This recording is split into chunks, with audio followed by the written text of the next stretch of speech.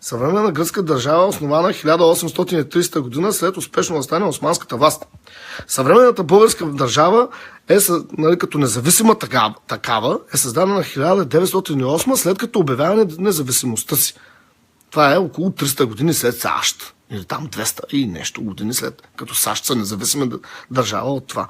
Нали, така че дори и в модерната история Гърция е по-нова държава. Ако говорим за древни държави, които, нали, древните български държави нямат нищо общо с сегашната българска държава, те също са много по-нови от древните гръцки държави. Разбираш?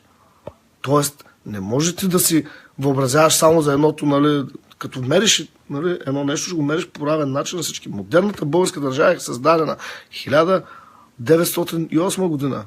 И е сложен регент в начало там, някакъв принц, който не е българин дори. Т.е. тя няма дори българска държавна традиция. Т.е. не българин е управлявал и е сложен за глава на държавата.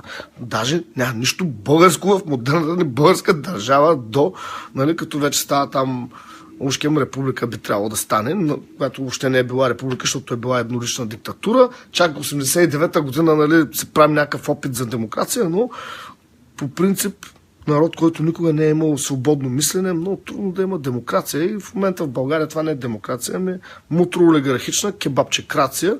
И всъщност може да се каже чиста диктатура на един дебел олигофрен, който ви прави на балами там и използват, нали, глада и бедността с пропаганда, защото, нали, цялата медия се държи от Пеевски и ви пълнят главите с такива, чешат гладния стомах с глупости, измислици за миналото. Нали.